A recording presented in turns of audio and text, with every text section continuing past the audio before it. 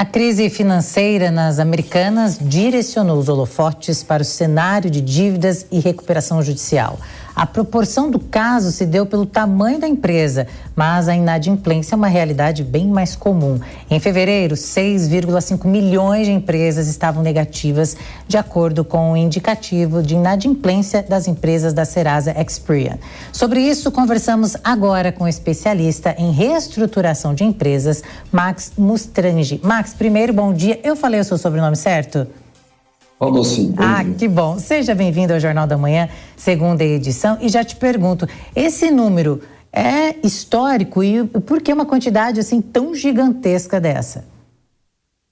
Bom, o que está acontecendo é uma perda de resultado contínua das empresas.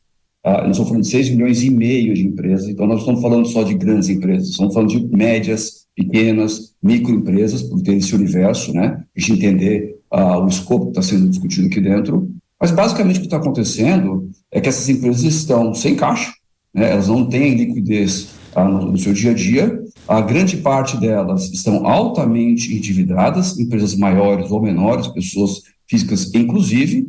Então, partimos desse ponto: endividamento elevado, falta de caixa. O que você poderia ter de contrapartida? O seu negócio, estamos falando de CNPJ, gerando resultado, né? Te ajudando a gerar caixa. Mas o que a gente vê basicamente é uma perda de poder aquisitivo do público consumidor, o que reduz o ticket médio, né? Nós temos inflação tomando conta da cadeia produtiva, o que reduz a margem. Então nós já falamos de perda de poder aquisitivo, falamos de inflação, sobra menos resultado para as empresas. Elas vão pegar uma despesa financeira elevadíssima pelo efeito do alto endividamento e juros, falando da Selic, atuando, o que vai fazer com que todas as empresas percam resultado, tenham lucros muito menores, como foi reportado no quarto trimestre, ou prejuízos crescentes.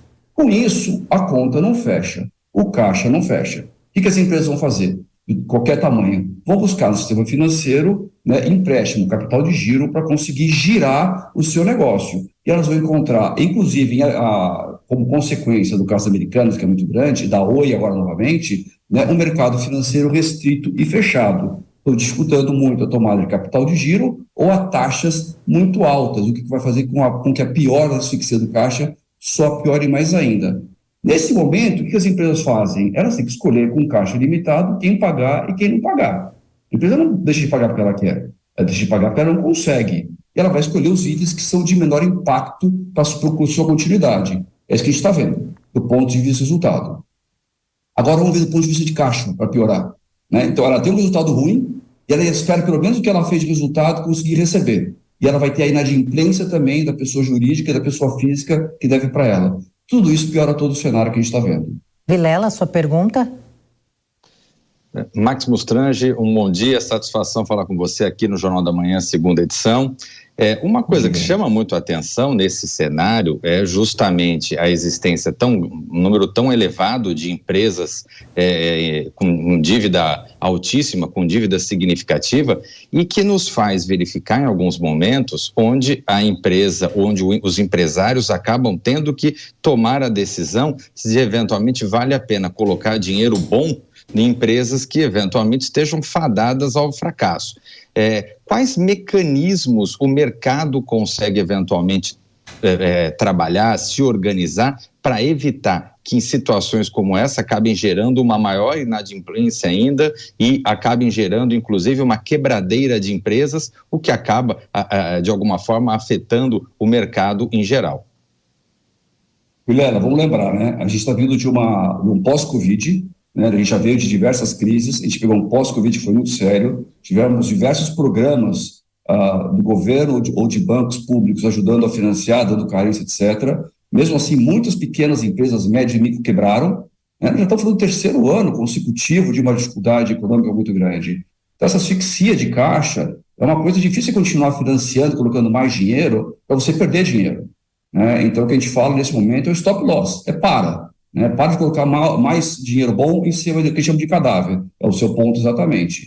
O que acontece muitas vezes é que o empreendedor, por não fazer a conta, especialmente os menores, mas também acontece com os maiores, continuam querendo manter o negócio vivo, quando muitas vezes o melhor é ter parado, preservar o que ele tem de caixa e fazer outra coisa. Agora eu faço uma pergunta. Esse endividamento das empresas tem correlação com a inadimplência dos consumidores? A pesquisa do Serasa, o indicador do Serasa, mostra e tem a indicação que ele fala que a relação da inadimplência das pessoas jurídicas ela é alta em relação à pessoa física.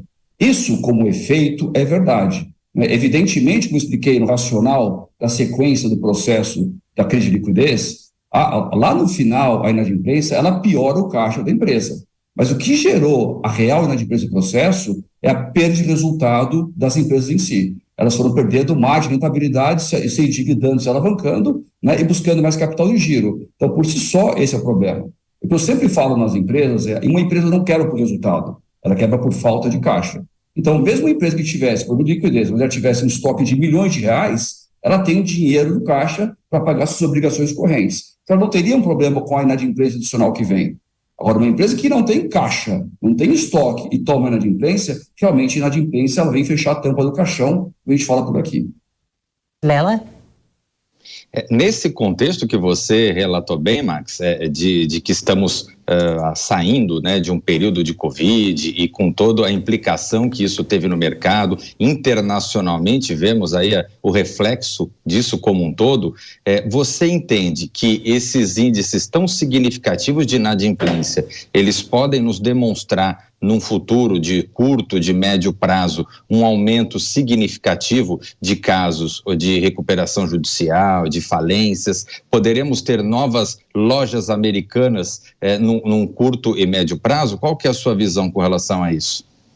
Excelente ponto, nós vamos explicar o processo, né? Então, a empresa ela fica sem caixa, ela começa a não ter o que a gente chama de oxigênio, né, o combustível no avião, ela começa a escolher para quem ela paga a conta, né? Essas empresas começam a protestar, né? Depende do volume, eles começam a pedir processo de falência, e as empresas são obrigadas, depende do tamanho, depende da condição, a pedir, procurar a proteção do instrumento da recuperação judicial. Uma grande parte não consegue e vai para a falência direto. Uma parte consegue, né, e consegue, por um tempo, postergar a sua falência, porque o percentual de sucesso de empresas que, ao final do processo de recuperação judicial, consegue ter sucesso é muito baixo, é menor do que 5%. Tá? Então, até hoje em dia, nós já vimos que o número de RJs, recuperações judiciais, nos primeiros 2 meses do ano, já mais que duplicaram em relação ao ano passado, e o número de falências também. Esse é o grande indicador da consequência da inadimplência no mercado brasileiro, que nada mais é do que a proteção da inadimplência do pedido de falência. Vai aumentar. E Max, e ontem o presidente Lula voltou a criticar a alta da taxa de juros, rebatendo a declaração do presidente do Banco Central, Roberto Campos Neto, de que para atingir a meta de inflação, a Selic deveria ser maior. Lula disse que se a meta está errada, ela deve ser alterada. Max, como esse comportamento interfere na realidade das empresas que enfrentam um processo aí de reestruturação? Eu sempre falo e faço muita analogia para facilitar o entendimento, inclusive dos empresários. É como você ter um tumor e não querer combater, né? A metástase vai tomando o corpo, lá na frente o remédio é muito mais caro, se é que vai dar continuidade. Seguindo esse raciocínio, né, que foi mencionado aqui dentro, vamos supor que a gente, por canetado, que seja, baixe a taxa de juros. Você está fazendo com isso é um estímulo novamente ao consumo e ao endividamento. Então, as pessoas físicas e jurídicas vão voltar novamente a consumir no curto prazo, você vai ter talvez a economia girando, mas as dívidas de todo mundo crescendo, que já estão num patamar elevadíssimo. Lá na frente, alguns meses, semestres, anos, quando se for parar, o câncer, o tumor já está espalhado e o remédio já não combate mais. Então, esse remédio, como curto prazo, a solução pode até funcionar, mas como médio e longo prazo, ela é desastrosa. Então, o que eu sempre falo aqui, o caminho correto, infelizmente, é continuar a linha dos juros, combatendo a inflação, que é o pior mal de todos, né? Vai ter mortandade? Vai, faz parte do processo, né? Todo dia nós temos pessoas nascendo e pessoas morrendo, faz parte do processo, assim como empresas, mas você matar na fonte e não conviver com o efeito, que é muito pior a consequência. Muito obrigada pela sua participação aqui no Jornal da Manhã, segunda edição. Um ótimo dia para você. Muito obrigado a vocês, boa Páscoa.